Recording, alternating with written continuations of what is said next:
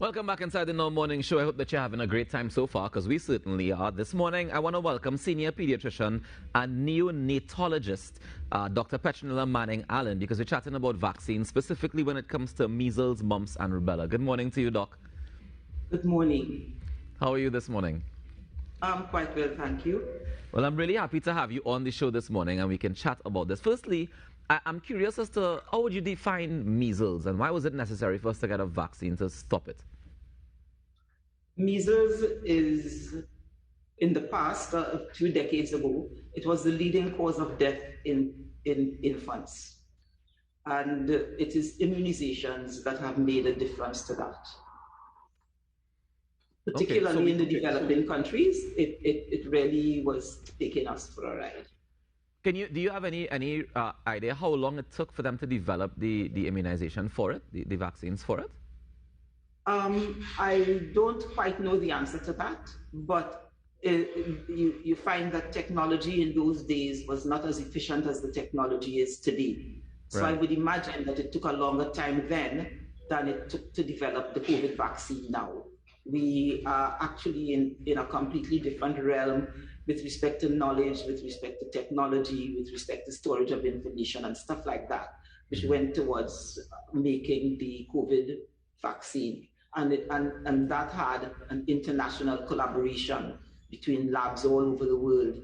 And that's why that was so fast. And the measles vaccine took much longer than that. Is there a difference between measles, mumps, and rubella? Yeah, there's a difference between measles and mumps and rubella, even though when we administer the vaccination, we do that in combination. There are three completely different syndromes with different presentations indeed. But they are all, the measles is the one out of the three of them that really, as I said, was the leading cause of death in the earlies. Okay, how do you know, like, what are the signs and symptoms if you have measles? Well, we haven't had measles for a very long time. As far as I know, the last case of imported measles was somewhere in 1997. But it usually gives you the symptoms that people are familiar with respect to viral illnesses. You get fever, runny nose, cough. With measles, you get red, watery eyes. You get some white spots in the inside of the cheeks. And you eventually break out into a rash, which doesn't appear to be itchy, but a generalized rash which lasts for a few days. And the children who have measles are really very, very miserable. The last time I saw a case of measles was when I was a medical student in Jamaica, and that was in the early 1970s. I have not at all seen a case of measles since then. All right. Now, we said earlier that the vaccine that we give is for all three, for measles, mumps, and rubella. Are there any recorded side effects of these vaccines? All of the vaccines that we take have side effects that are recorded. We generally, before we administer the vaccine, we let the parents know that there may indeed be side effects. So you may get some fever from the vaccine. The most common side effects of the vaccine tend to be localized. At the site of the injection, you may get redness and soreness at that injection site. And the baby, because of the vaccine itself, may be a little bit cranky, fussy, discomfort for about a day or two after the vaccine was given. Right. And that's generally what occurs with most of the vaccines. And what they are not at all without the potential for some amount of side effects. Yeah, and what about long-term side effects? Like, is there any link between things like, I don't know, autism and the vaccine?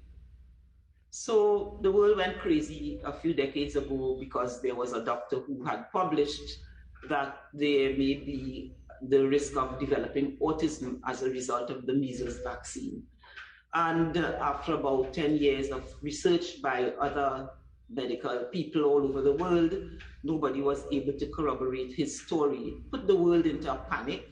That is when people started to not want to take the measles vaccine. And I don't know that we have got away from that altogether yet. It eventually was shown that the doctor who had published that paper initially was indeed a member of the Autism Society. so that he was not unbiased. And as a result of all of that, and of course, as a result of the worldwide distress that he caused and the failing of people to take immunizations, his medical degree, his ability to practice was taken away from him. And he's actually been barred from practicing medicine forever. So he has had to find another job. It was just so serious that, it was thought that it was very responsible of him to do that. And I don't know that we have yet recovered from that at all. That's very interesting, Doc, because we have doctors coming out now basically doing the same thing against the COVID-19 vaccine. So is it that we need to start, addressing people who may be spreading this misinformation or, biased information? Do we need to investigate these doctors as well?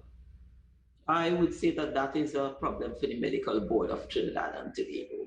I am not one of those people, and I think that many of the statements that they are making are not really based in fact. And I really and truly think that it's something that the Medical Board should address. I hear you. What advice would you give to parents who might be hesitant about giving their child the MMR vaccine, especially in light of everything all the conversations around vaccinations that has been going on? Well, one of the things that I'm actually doing is presenting the story on your public show this morning so that people could understand that the measles, mumps, rubella vaccine has taken us from the dungeons where we used to be a few decades ago. And it will return as the leading cause of, as a significant cause of death if we don't take the measles vaccine. We have got so accustomed to taking the vaccine and to being well that we are so far removed from when it was a major problem that people tend not to remember that and not to take that into consideration when they don't take the vaccine. And some of them are still hung up on the autism something, so that we just need to keep plugging away at it. Our figures are actually down now with respect to the measles vaccine. We used to be in the 90s, and to maintain universal immunization, herd immunity, we need better than 95, 98% of our population to be vaccinated. And the figure has fallen in these COVID years here. It fell to 89% in 2020 and 81% in 2021. So we are not really doing very well with respect to maintaining our population herd immune to the vaccine. And is there a risk to measles? So is there a risk of measles coming back to the fore as a result of that? Yes, there is indeed a risk. There was a recent publication in India, for example. A case of polio showed up in India. And this is what happens when we lose herd immunity somewhere along the line. And as I said, the last case of measles that we had that I know of was in 1997, and that was an important case.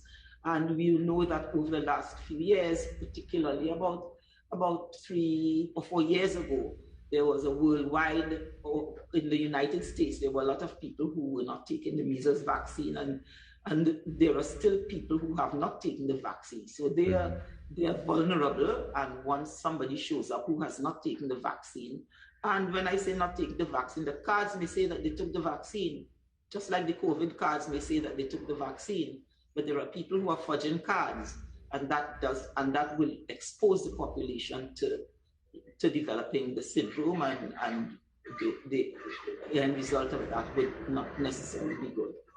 These vaccines require a booster. I think it's like 2 boosters you have to get for the MMR vaccine. Am I correct?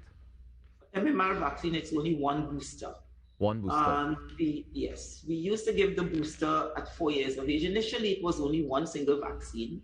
And then they recognized that there was about a 5% failure rate, that people weren't maintaining immunity at a good enough level over a prolonged period of time. And so they introduced a second vaccine, which we used to give at 4 years of age. And 4 years, between 4 and 6 years. And one of the reasons why that was the age we chose was because people represent to the health centers or the vaccination sites for mandatory vaccinations between 4 and 6. So we put that in with the other vaccines that they were getting then. But with the uproar and the upsurge of measles in the population, worldwide population in general, WHO recommended that we give the vaccines earlier. And so we now give the vaccine at 2 years of age. So it's one at 12 to 15 months, and the second one we give at 2 years of age. So my question to you, Doc, is after this time has passed, so like me in my 30s, do I need to get another booster? Am I still protected from measles? What is the case with adults? We assume that you are still affected. You are still protected from the measles, but you know, measles had it had a way of targeting infants and older people really, and you find that the population, your age population, was less at risk for whatever reason for contracting measles. But there has been no conversation about extending childhood measles beyond childhood. Okay. And what does the care look like? I mean, I know you mentioned earlier that the last case was in 1977, right? But do you remember what the care looks like for somebody who does have measles, who may be unvaccinated and contracts it? It's something I could never forget. It to me is something that is just so devastating. I was a medical student and we went to the pediatric hospital for training, and there was a ward full of children with measles, and that is early 1970s, so that is before vaccination. And the children were all absolutely miserable, covered with rash all over, bawling because they can't have the parents holding on to standing up, those who could stand, holding on to the beds, nose running like crazy, eyes watering. And you're talking about something that was absolutely miserably devastating to an infant. And you know, you find that with measles, you run the risk of developing brain situations, difficult brain situations. So you may get an encephalitis, as we call it, from measles. So it's not just a matter of a skin rash that comes and goes and you're miserable during the time. It may have more devastating consequences than that. All right. So tell me, where can people get these vaccines if they're interested? And they may have been doubting before, and after this conversation, they say, no, I'm going to get my child vaccinated with the MMR vaccine. Tell me where they can go. Now, in the first place, it is mandatory for children in Trinidad and Tobago, according to the medical health rules. It is mandatory for them to get the vaccine for entry into school. And the vaccines are all available in every public health facility, every public health center in Trinidad and Tobago. And the vaccines are also available at the private pediatricians, private doctors' offices. You can get for those who don't want to go into the public health system. But the vaccine is absolutely and totally available around the clock. Yeah. All right. Well, Doc, I want to thank you very much for joining us this morning and for sharing this information. I think it's very helpful when we can discuss, you know, the other things that are related to protection, especially of children in this day and age. So thank you very much for joining us this morning. Thanks for having me. It was my pleasure being here. All right. Take care. Enjoy the rest of your day.